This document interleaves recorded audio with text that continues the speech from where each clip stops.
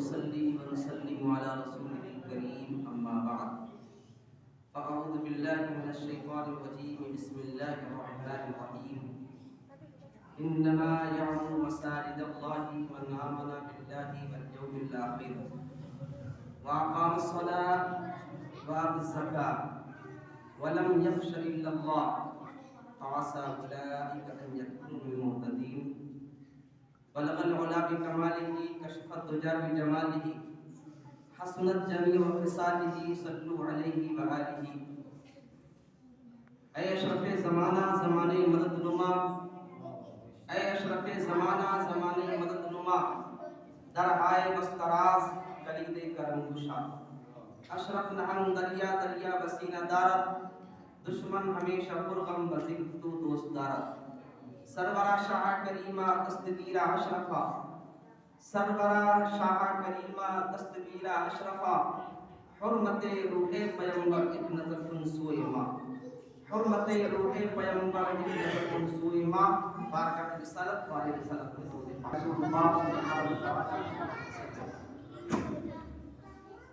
حضرات آپ بڑی دیر سے نعت رسول صلی اللہ علیہ وسلم اور منقبت ساتھی سال بہترین خطاب بہت مختصر وقت میں حضرت حافظ وقاری مولانا تاج محمد صاحب قبلہ ثقافی کا خطاب آپ نے سماعت فرمایا.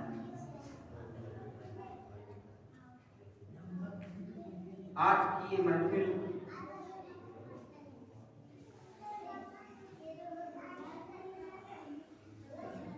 مسجد یا مدرسے کا قیام عمل میں آتا ہے تو اللہ والوں کی آمد کا سلسلہ جاری ہو جاتا ہے. اگر یہ مسجد نہ بنی ہوتی مدرسہ نہ بنا ہوتا تو آپ ہمیں پاتے نہ سید صاحب کو پاتے نہ مولانا تاج محمد صاحب کو پاتے نہ ہمیشہ رحمان صاحب کو دیگر اور وسیلہ رضوان صاحب سے ایک سے کتنے ملے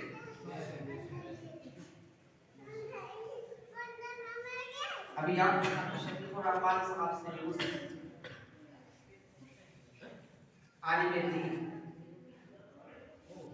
مرحوم مغفور حضرت مولانا شمس الدین صاحب کا ذکر سنا جن کی کاوش اور کوشش جن کی محبت اور جن کی مشقت محنت سے یہ آج عمارت دکھ رہی ہے. دنیا میں نہیں ہے ان کا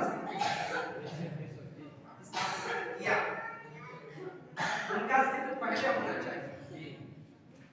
یقیناً لوگ منصب امامت پر شہروں میں جب فائز ہوتے ہیں تو اپنا بنگلہ تیار کرتے ہیں اپنی کوٹھی تیار کرتے ہیں لیکن حضرت مولانا شمس الدین صاحب قبلہ اشرفی نے اپنا بنگلہ نہیں تیار کیا بلکہ اللہ کا گھر تیار کرنے کے لیے انہوں نے جدوجہد کی.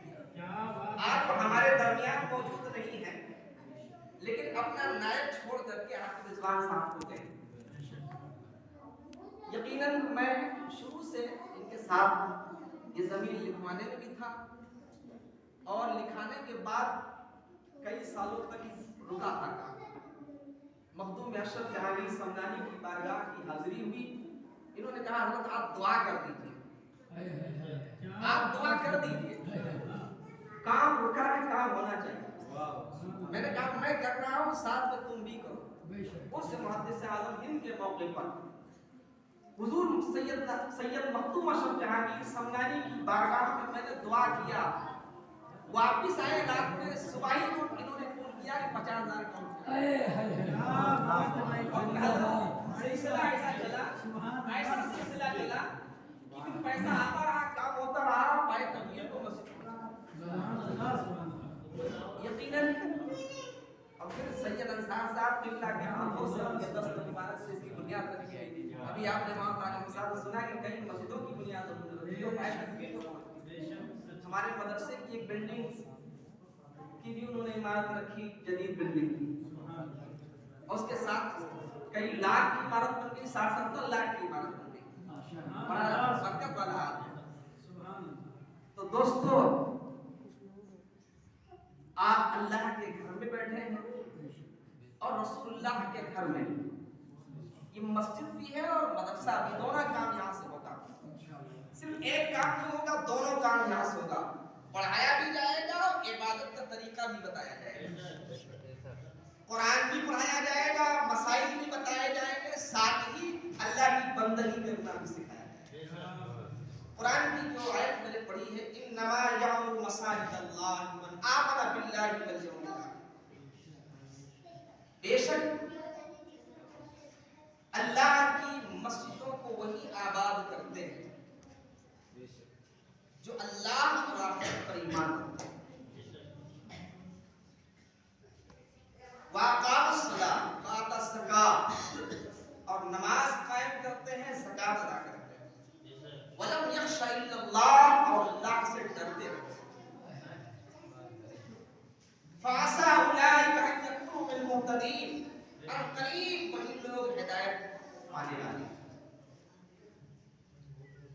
हज़रात, इस आयत में कई चीजों का जिक्र अल्लाह ने किया।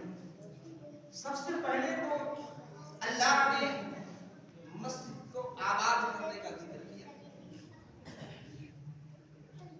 अल्लाह के घर को आबाद करने का जिक्र किया। और दूसरी चीज अल्लाह ने जो जिक्र की कि मस्जिद वही आबाद करते हैं, सब नहीं करते, हर शख्स के जिम्मे का नहीं होता, बल्कि वही आबाद करते हैं जिनके दिलों में जो आखिरत और अल्लाह पर ईमान रखते हैं, ईमान वाले करते हैं, मोमिन करते हैं, मुसलमान करते हैं।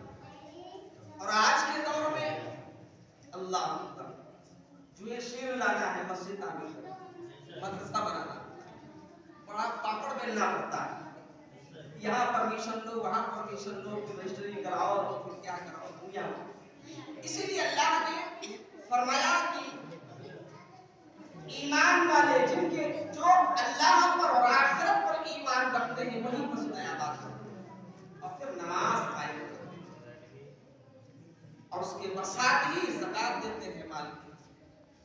और इस आयत में जो वलम यख़शा इल्लल्लाह का जिक्र है कि अल्लाह से डरते हैं, अल्लाह से डरने वाले हैं। और करीब वही लोग हिदायत पाएंगे जिनके दिलों में अल्लाह का खौफ, खशियत इलाही है, अल्लाह से डरने वाले। कुरान में अल्लाह ने फरमाया वसीक़ल लज़ीना तक़व रब्बहुम इल जन्नति ज़ुमरा, जो अल्लाह से डरते हैं, अल्लाह का खौफ जिनके सीनों में भरा हुआ है, खशियत इलाही जिनके सीनों में है, कल क़यामत के दिन ताज़ीम और तकरीम के साथ अल्लाह तबारक व तआला उन्हें जन्नत में दाखिल करेगा। थोड़ी देर मुझे तक़वे पर गुफ्तगू करना, इसलिए कि आज के दौर में ये बहुत अहम टॉपिक है, तक़वा। लोग नमाज तो पढ़ते हैं, रोजा रखते हैं, लेकिन तक़वा नहीं होता, खशियत इलाही नहीं होता, अल्लाह का खौफ नहीं होता लोगों के। यही वजह है कि नमाज उनको फायदा नहीं दे रही, नमाज में हलावत नहीं हो पा रही, नमाज में जायका नहीं मिल रहा है, इबादत में उनको अल्लाह की बंदगी में जायका नहीं मिल रहा। क्यों? अल्लाह का खौफ, खशियत इलाही नहीं है। हम कहते तो हैं अल्लाह से डरते हैं, लेकिन हकीकत में हम अल्लाह से कितना डरते हैं, तो अल्लाह के बंदे होकर के जो अल्लाह के बंदे वो अल्लाह से कितना डरते हैं, उनके डरने का मियार है। हम जिस चीज से डरते हैं दुनिया में उससे दूर भागते हैं। आग से डरते हैं, आग के करीब नहीं जाते। हाइट से डरते हैं, हाइट पर नहीं जाते। तैरना नहीं जानते तो पानी के करीब नहीं जाते। लेकिन आओ जरा औलिया इकराम की तारीफ उठा करके देखो कि उनके दिलों में अल्लाह का खौफ कितना था। हज़रत मालिक बिन दीनार रहमतुल्लाह ताला अलैह के दिल में ख्वाहिश पैदा हुई, काश मैं हज करने के लिए जाऊं, मैं भी तवाफ़े काबा करूं, मैं भी सफा मरवा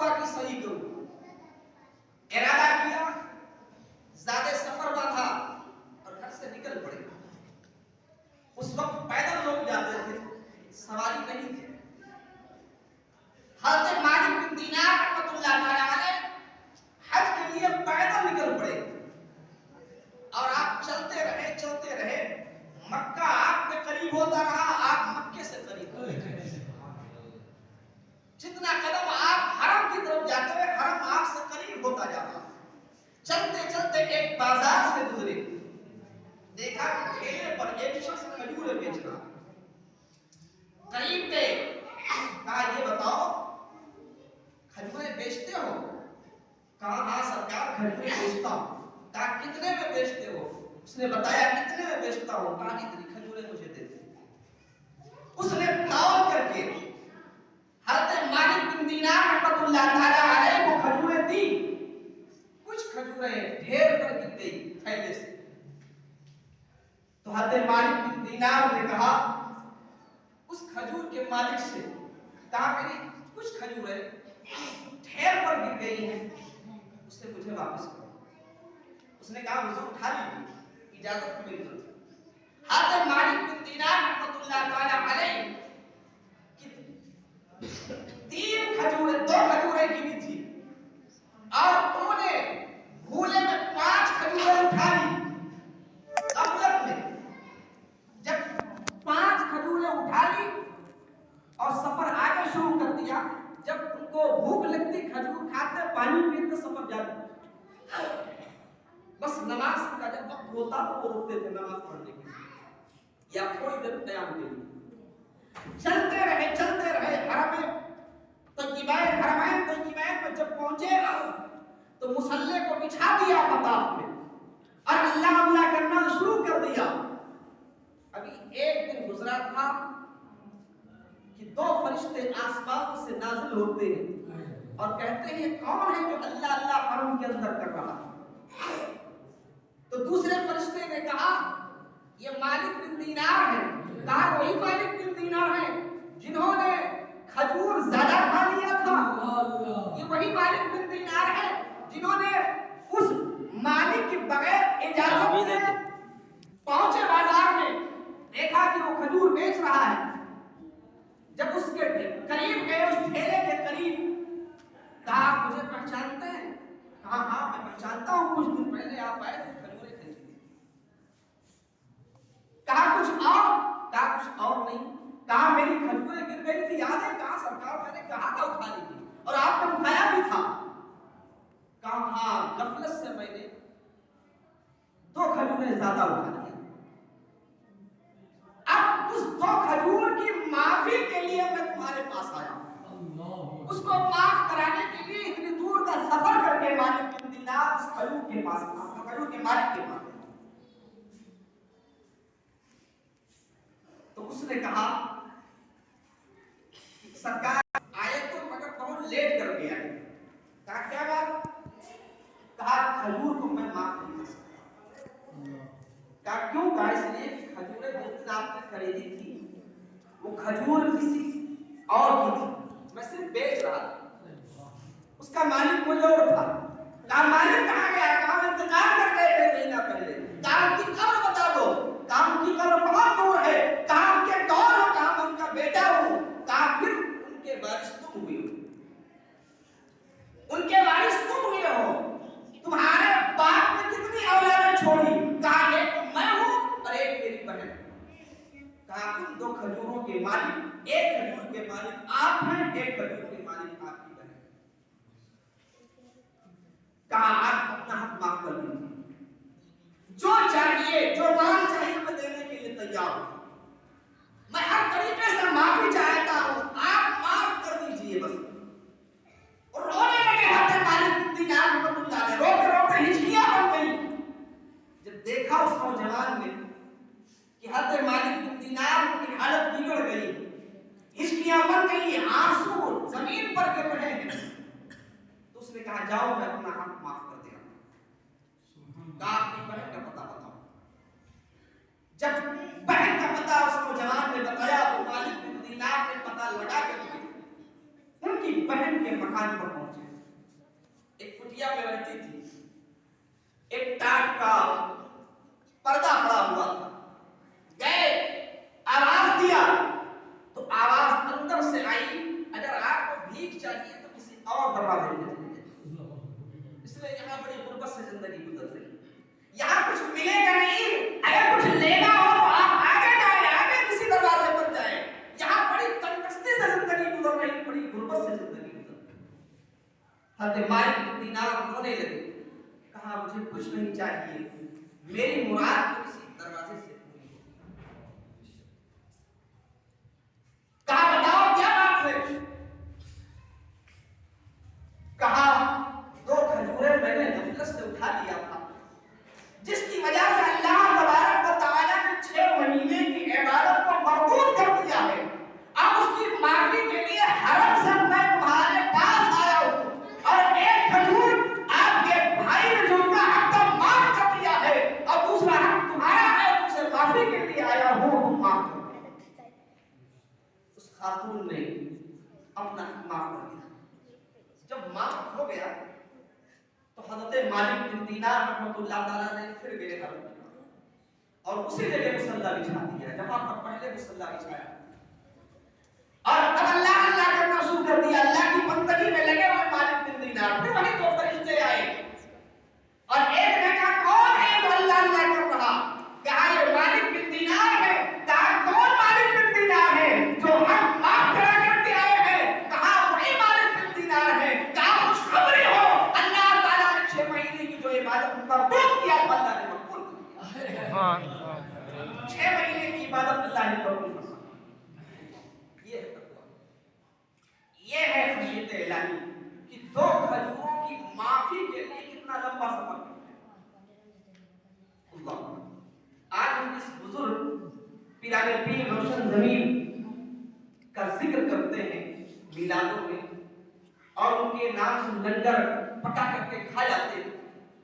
اس غوث اعظم رضی اللہ تعالی عنہ کی عاجزی اور انکساری دیکھو کہ حرم کے اندر مٹیلے پتھر پر پیشانی رکھ کر کے اللہ کے حضور عرض کر رہے ہیں مولا اگر میرے اعمال تیری بارگاہ میں قبول نہ ہو تو مجھے قیامت کے دن امت کے سامنے رسوا